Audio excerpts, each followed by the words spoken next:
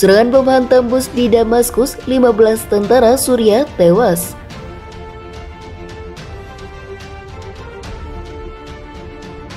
Dikutip dari Merdeka.com, serangan bom di sebuah bus yang mengangkut tentara Suriah di ibu kota Damaskus kemarin menewaskan 14 personil militer dan melukai 3 lainnya. Demikian dilaporkan stasiun televisi pemerintah sana dan seorang pejabat militer. Serangan pagi kemarin langsung dibalas militer Suriah dengan membombardir wilayah provinsi Idlib yang masih dikuasai pemberontak. Tim pekerja kemanusiaan mengatakan serangan itu menewaskan 12 orang.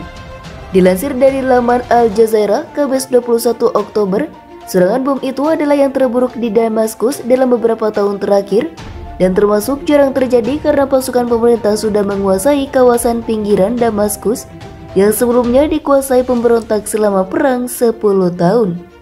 Stasiun televisi sana memperlihatkan cuplikan gambar sebuah bus yang rusak gosong dan mengatakan serangan itu terjadi saat jam sibuk orang berangkat ke kantor dan sekolah. 2 bom meledak ketika bus mendekati jembatan Hafiz al-Assad dan bom ketiga berhasil dijinakkan oleh pihak berwenang. Pemerintah menyebut insiden itu serangan bom teroris. Seorang sumber militer mengatakan kepada sana, bom itu sudah dipasang di bus sebelumnya. Hingga kini belum ada pihak mengaku bertanggung jawab atas serangan itu. Itu serangan pengecut, kata Kepala Polisi Damaskus Mayor Jenderal Hussein Jumaah kepada sana. Dia mengatakan polisi sudah mengamankan lokasi kejadian dan memastikan tidak ada bom berikutnya. Dia meminta warga melaporkan kepada pihak berwenang jika melihat benda mencurigakan. Koresponden Al Jazeera Zena Kort mengatakan, serangan yang terjadi di jantung ibu kota Damaskus itu adalah insiden bobolnya keamanan. Rezim ini memang punya banyak musuh, kata dia. Dari Beirut, Lebanon, ada kelompok pemberontak yang sebagian besar masih menguasai wilayah utara Suriah. Ada juga ISIL atau ISIS yang masih saja berkecol di kawasan gurun dan terus melakukan perlawanan sepanjang waktu. Selain itu, ada juga perpecahan di internal pejabat keamanan, baik di dalam militer dan di daerah. Jadi kita hanya bisa berspekulasi, tapi pemerintah meyakini ini serangan oposisi, kata dia. Serangan kemarin adalah yang terburuk sejak ledakan bom menghantam gedung kehakiman pada Maret 2017 yang menewaskan 30 orang dan diklaim oleh ISIL.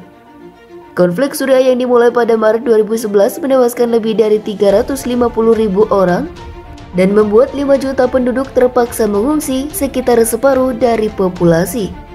Dikutip dari Voice of Indonesia, Turki akan mengerahkan persenjataan berat di seluruh Suriah untuk menghadapi tentara di negara itu jika diperlukan, tegas Presiden Recep Tayyip Erdogan.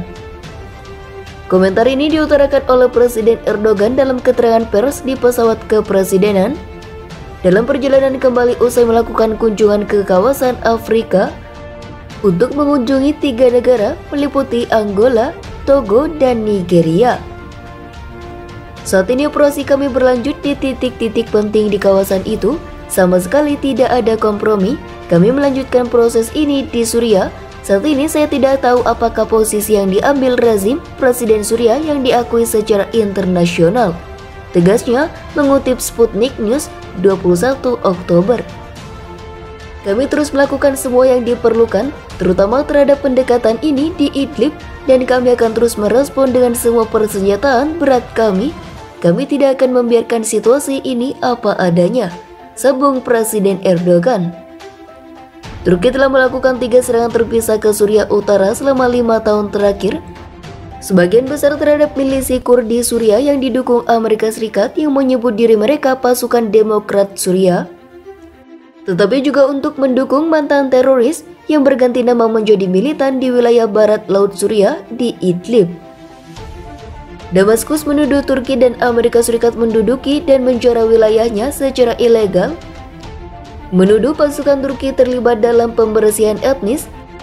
Ankara telah membantah tuduhan itu, sementara Washington dengan tidak jujur mengklaim kehadirannya di Suriah terkait dengan ancaman kebangkitan kembalinya Daesh.